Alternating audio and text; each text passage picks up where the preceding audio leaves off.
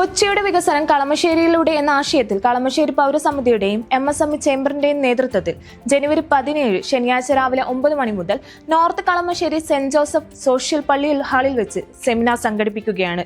Seminar ബഹുമാനപ്പെട്ട ഹൈക്കോടതി justice ദേവൻ രാമചന്ദ്രൻ ഉദ്ഘാടനം ചെയ്യുമെന്ന് പൗരസമിതി president NK Pavithran, general secretary PV Ashraf, general convener NA Muhammad Kutty, convener കല്ലറ മോഹൻദാസ് എന്നിവർ പത്രസമ്മേളനത്തിലൂടെ അറിയിച്ചു.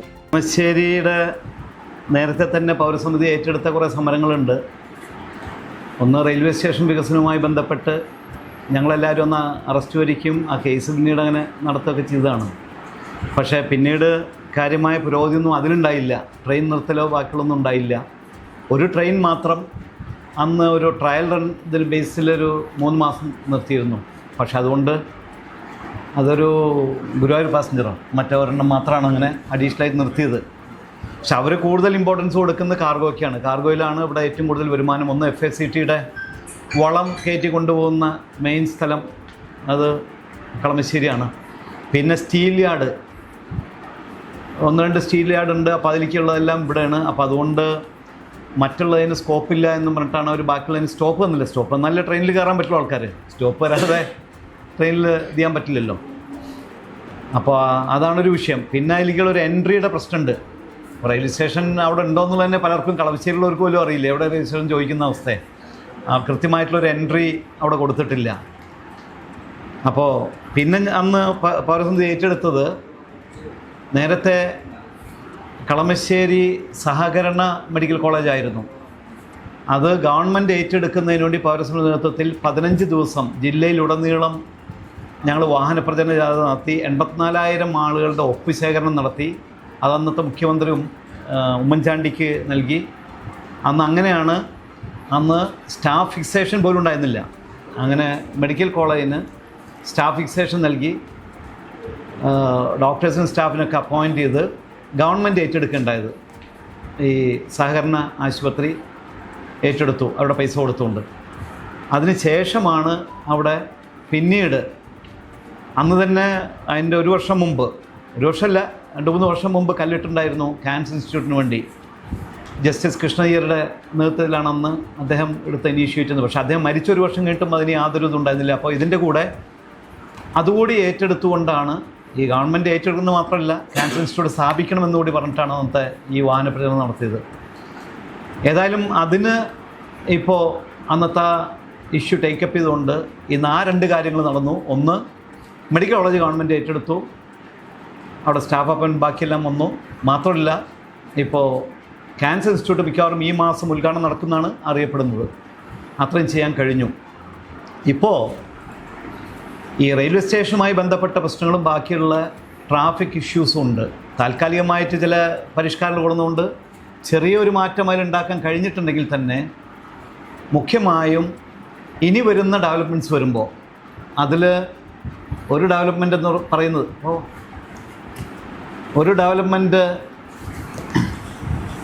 എന്ന് പറയുന്നത് ഈ ഹൈക്കോർട്ട് കോംപ്ലക്സ് ഇങ്ങോട്ട് മാറ്റാണ് കളമശ്ശേരിക്ക്. 27 ഏക്കറുടെ ഓൾറെഡി ആയി, ഹൈക്കോടതി എടുക്കുന്നു എന്ന് പറഞ്ഞ് ഏതായാലും അതൊരു ഓൺഗോയിങ് പ്രോജക്റ്റായിട്ട് നമുക്ക് കണക്കിലെടുക്കാം. മാത്രമല്ല 72 ഏക്കർ സ്ഥലം മെഡിക്കൽ കോളേജിന് തൊട്ടടുത്തുള്ളത് അദാനി ഏറ്റെടുത്തു. അവിടെ ലോജിസ്റ്റിക്സ് ഹബ്ബ് അവർ കൊണ്ടുവരാൻ പോവുകയാണ്.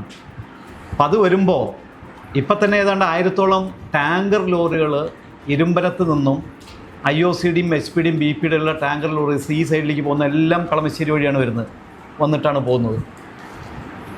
മാത്രമല്ല ഇനി ഇങ്ങനെ ഇപ്പോൾ കണ്ടെയ്നറുകളും അതുപോലെ തന്നെ ബാക്കിയെല്ലാം പോർട്ടിൽ നിന്ന് വരുന്നതുമെല്ലാം ഈ വൈറ്റില, കുണ്ടന്നൂർ, വൈറ്റില, എടപ്പള്ളി, കളമശ്ശേരി വഴിയാണ് വല്ലാപ്പാടത്തേക്ക് പോകുന്നത്. മിക്കവാറുമല്ല മറ്റുള്ള സൈഡിൽ നിന്ന് വരുന്നതും വല്ലാപ്പാടത്തേക്ക് വരുന്നതെല്ലാം ഈ കളമശ്ശേരി ടച്ച് ചെയ്തിട്ടാണ് പോകുന്നത്.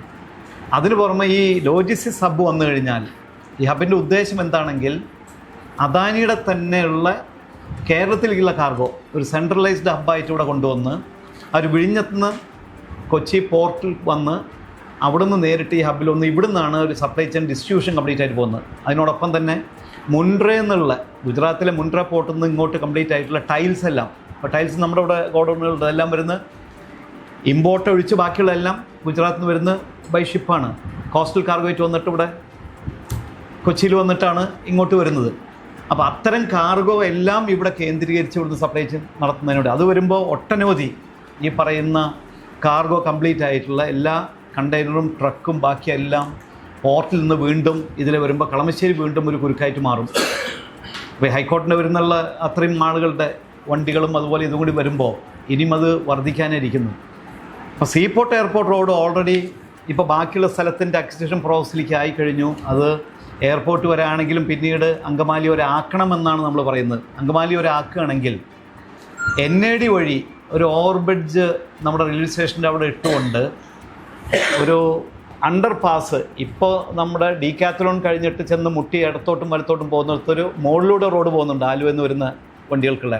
അവിടെ അണ്ടർ പാസ് ഇട്ട് നേരൊരു over bridge railway or ROB ഉണ്ടാക്കുകയാണെങ്കിൽ നേരെ കണക്ട് ചെയ്യുന്നത് NAD റോഡ് അവിടെ നിന്നൊരു ടേൺ ചെയ്യുന്നതിലേക്കാണ് കറക്റ്റായിട്ട് വരും. ആ NAD റോഡ് വഴി കണക്ട് ചെയ്തുകൊണ്ട് എന്ത് ചെയ്യാൻ പറ്റും, സീപോർട്ട് എയർപോർട്ട് റോഡ് കണക്ട് ചെയ്താൽ ഈ എല്ലാ ട്രക്കും കണ്ടെയ്നറും ടാങ്കറും എല്ലാം തന്നെ ഒന്നും ഈ പറയുന്ന കളമശ്ശേരിയോ അല്ലെങ്കിൽ ശരിക്കും പറഞ്ഞാൽ അങ്കമാലിക്ക് ഈ സീപോർട്ട് എയർപോർട്ട് എക്സ്റ്റെൻഡ് ചെയ്യുകയാണെങ്കിൽ അങ്കമാലി, ആലുവ, കളമശ്ശേരി, എടപ്പള്ളി, അതുപോലെ വൈറ്റില, കുണ്ടന്നൂർ ഭാഗത്ത് ഒരു ട്രക്കോ ഒരു കണ്ടെയ്നറോ ഒന്നും പോകേണ്ട ആവശ്യമില്ല. എല്ലാം ഇതിലെ തിരിച്ച് വിടാവുന്നതും പോകാവുന്നതാണ്, ടാങ്കേഴ്സ് അടക്കം.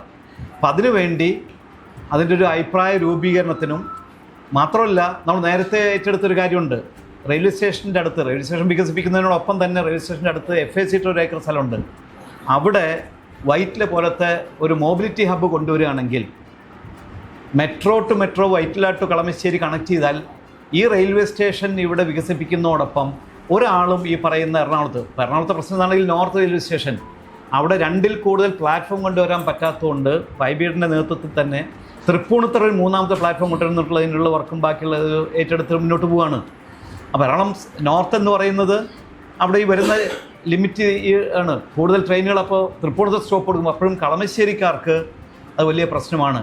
നമ്മൾ മനസ്സിലാക്കേണ്ടതാണെങ്കിൽ കളമശ്ശേരി ചുറ്റിപ്പറ്റിയിട്ടാണ് എല്ലാ ഇൻഡസ്ട്രിയും, IT പാർക്കുകളാണെങ്കിലും ഹോസ്പിറ്റലുകളാണെങ്കിലും എഡ്യൂക്കേഷൻ ഇൻസ്റ്റിറ്റ്യൂഷൻസ് ആണെങ്കിലും എല്ലാം നമ്മുടെ ഈ കളമശ്ശേരിയിലൊരു ഇത്തരത്തിൽ റെയിൽവേ സ്റ്റേഷൻ വികസനവും അതോടൊപ്പം അവിടെ മൊബിലിറ്റി ഹബ്ബും വരികയാണെങ്കിൽ എല്ലാവർക്കും എല്ലാ സ്ഥലത്തേക്കുള്ള ട്രാൻസ്പോർട്ടേഷനുള്ള സൗകര്യങ്ങളും ബാക്കിയുള്ള ഇപ്പോൾ കിഴക്കൻ മേഖലയിൽ നിന്ന് വരുന്ന കോഴിക്കോട് നിന്ന് ബാക്കിയുള്ള ബസ്സുകൾ പോലും നമ്മുടെ ഈ പാതാളത്ത് വന്നിട്ടാണ് എറണാകുളത്തേക്ക് പോകുന്നത്. അത് ഈ ഹബ്ബിൽ വരികയാണെങ്കിൽ പിന്നെ സിറ്റിയിലേക്ക് ഈ ബസ്സുകൾ കൊണ്ടുപോകേണ്ട ആവശ്യമില്ല. മൂന്നാർ, അടിമാലി വരുന്ന ബസ്സുകളാണെങ്കിലും ഈ മൊബിലിറ്റി ഹബ്ബിൽ കണക്ട് ചെയ്താൽ മതി. Mobility hub to mobility hub ഈ പറഞ്ഞ മെട്രോ കണക്ഷൻ ഓൾറെഡി ഉള്ളതുകൊണ്ട് ഈ പറയുന്ന ഹബ്ബ് ഇവിടെ വരുമ്പോൾ അവിടെ ഒരു സ്റ്റോപ്പ് ഇങ്ങോട്ട് മാറ്റുകയാണെങ്കിൽ മെട്രോൻ്റെ ഈ പറഞ്ഞ വളരെ നന്നായിട്ട് വർക്കൗട്ട് ചെയ്യും. എല്ലാ സ്ഥലങ്ങളിലേക്കുള്ള ആളുകൾക്കെല്ലാം ഇവിടെ നിന്ന് കേന്ദ്രീകരിച്ചുകൊണ്ട് റോഡ് കണക്ടിവിറ്റി എല്ലാ റോഡുകളും കണക്ട് ചെയ്യുന്ന ഒരു സ്ഥലമാണ് കളമശ്ശേരി. ഈസി ആയിട്ട് പോകാൻ പറ്റും. അല്ലെങ്കിൽ ഇതെല്ലാം യാഥാർത്ഥ്യമാവുമ്പോൾ ഇവിടെ വലിയൊരു കുരുക്കായിരിക്കും വരുന്നത്.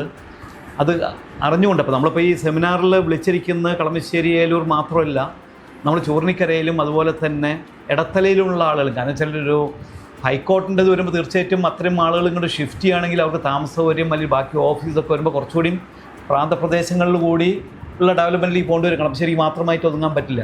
അപ്പോൾ അവരെയും കൂടി അവിടുത്തെ ചെയർമാനും ബാക്കിയുള്ള ആളുകൾ കൂടി നമ്മൾ ഇതിലേക്ക് ക്ഷണിച്ചിട്ടുണ്ട്. അപ്പോൾ അതിൽ നിന്ന് എല്ലാവരുടെയും അഭിപ്രായങ്ങൾ എടുത്തുകൊണ്ട് ഇതൊരു മാസ് മൂവ്മെൻ്റായിട്ട് കൊണ്ടുപോകുന്നതിന് വേണ്ടിയാണ് കളമശ്ശേരി പൗരസമിതിയും ചേംബറും കൂടി ഇത്തരത്തിലൊരു തീരുമാനമെടുത്ത് പോകുന്നത്. അതിന് വളരെ കാര്യമായ ഒരു സപ്പോർട്ട് മീഡിയയിൽ നിന്ന് നിങ്ങളിൽ നിന്നെല്ലാവരിൽ നിന്നും ആവശ്യമാണ്.